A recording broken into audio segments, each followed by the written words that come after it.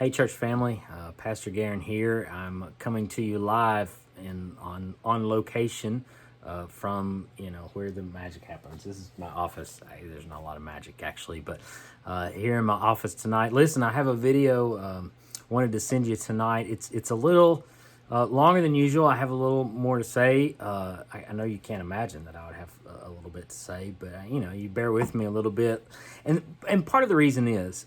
Listen, I've been thinking about what all is going on in the world, and it's got my head spinning. And maybe if it's like you, it's got your head spinning too. And I've been thinking about it in terms certainly not only of, my role as a pastor, but my role as a dad. And I've been thinking about my boys, how I look around and I see what's on the news and I see what's happened with Ahmaud Arbery and George Floyd and just kind of the riots and the protests and just the awful things that have happened and the racial tension in the world. And I've been like, what do I teach my sons about all this? And the hard part is that, I don't really know. If they wanted to learn about, how to preach a sermon, or how to understand the Bible, I could maybe help them with that, or, about the NBA, or NFL quarterback contracts, I could help them learn that, how to leave most of your sermon in your office when you go out and on live television, forget it, and just kind of have a little panic attack in front of everybody. I could teach them how to do that. I have experience, but there's some things I don't know that I don't know. Have you ever had that experience? Like, you don't know what you don't know, and that's the hard part about it. My faucet fell off last night on our bathtub, and I texted David Wilkie a picture of it. I'm like, hey, David, this is not good, and he's kind of helping. He's like, well, maybe it's this, but I knew I didn't know that.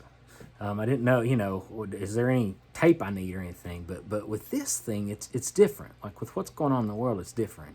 I don't know what I don't know, and so I have to ask, well, how do I go about finding it out?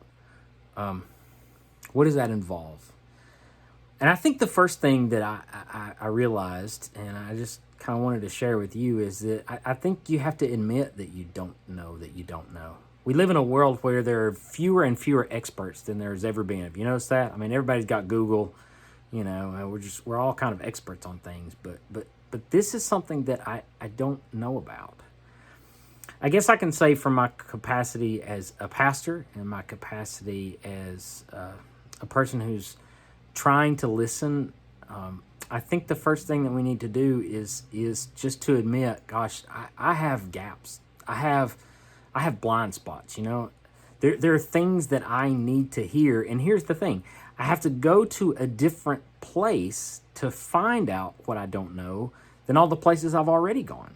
Because what I already know has led me here. And so I have to ask new questions, if you will.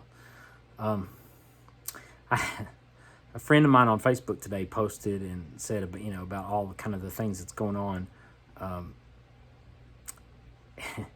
He said, well, you see a white cop with a black man, with his knee on a black man. I see a corrupt cop with his knee on the neck of an innocent man. We see differently. And I thought about that a long time, and he's not wrong.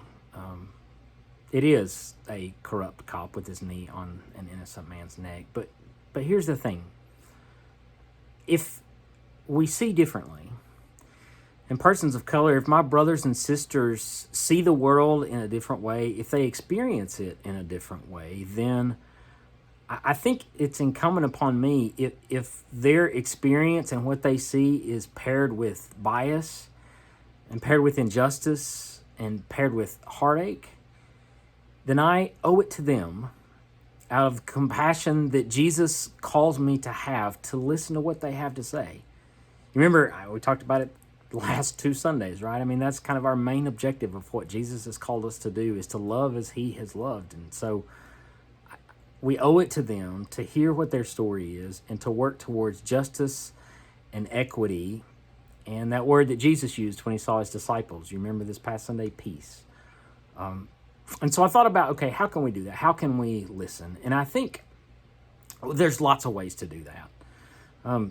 one of the things that I've really appreciated about what the reaction has been to everything that's been going on in the world is that all these folks have been posting, like books that you can read.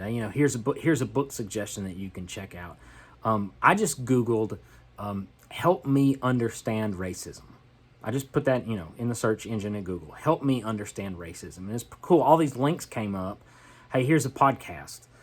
Here's a list of books. The movie Just Mercy just came out. I think Warner Brothers is even releasing that in June for free on different platforms where you can watch. And that's the story. Some of you saw that movie about the court situation in Alabama where the young black man was accused of doing something when 17 people saw him, not doing it. And, it's just an amazing story. But, those kinds of things.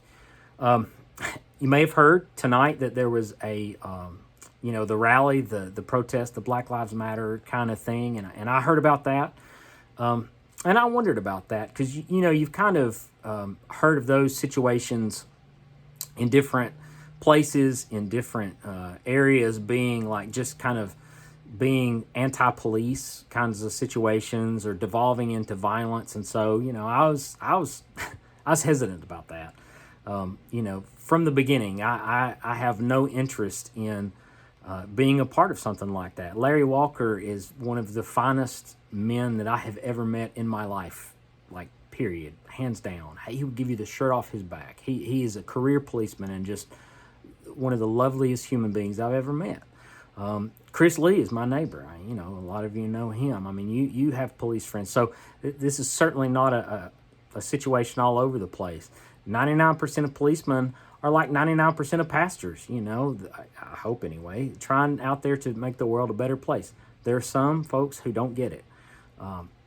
But folks do, 99% do. And so I had no interest in kind of being a part of something like that. So I called my friend Stencil Quarles from, some of you know him. He was at New Bethel for so long, and now he's gone on to a different church. And I said, Stencil, do you know about this? Tell me about this. And I said, would it be helpful for me to go?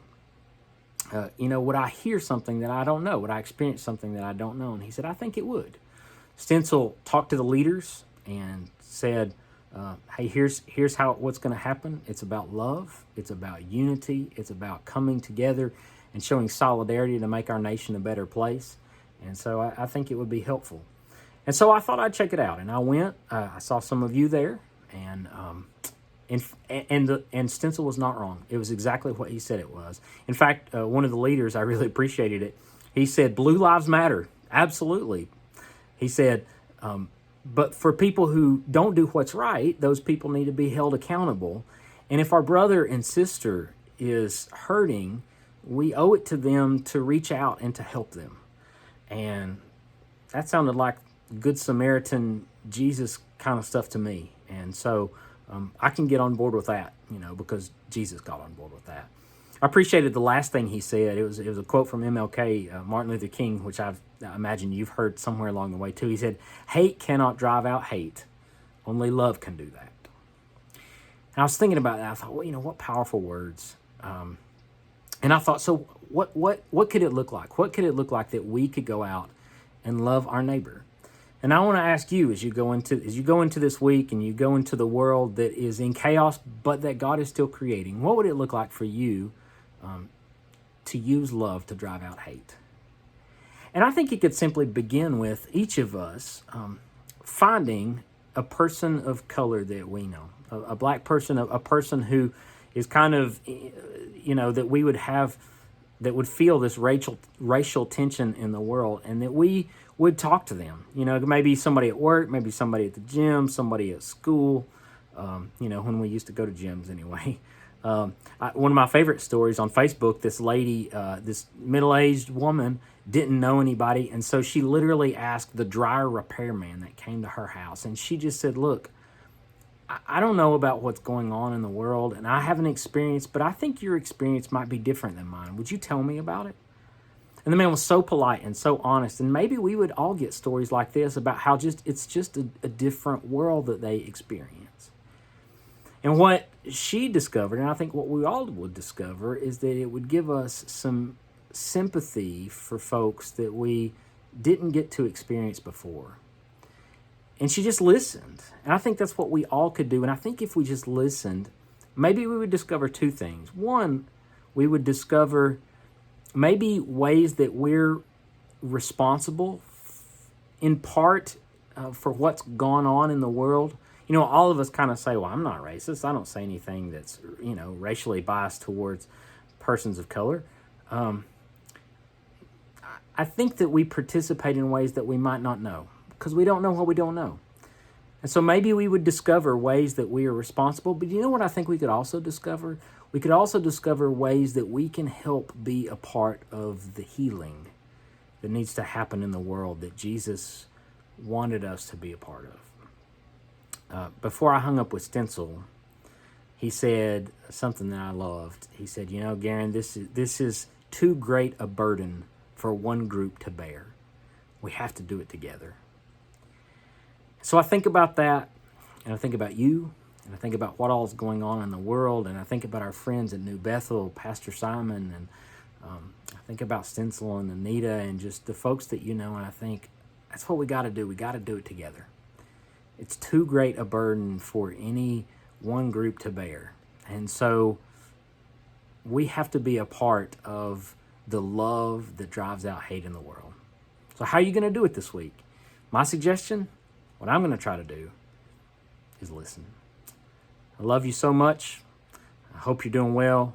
Our church staff prays for you each and every day. If there's any way we can help you, please let us know. And I hope that you have a wonderful week.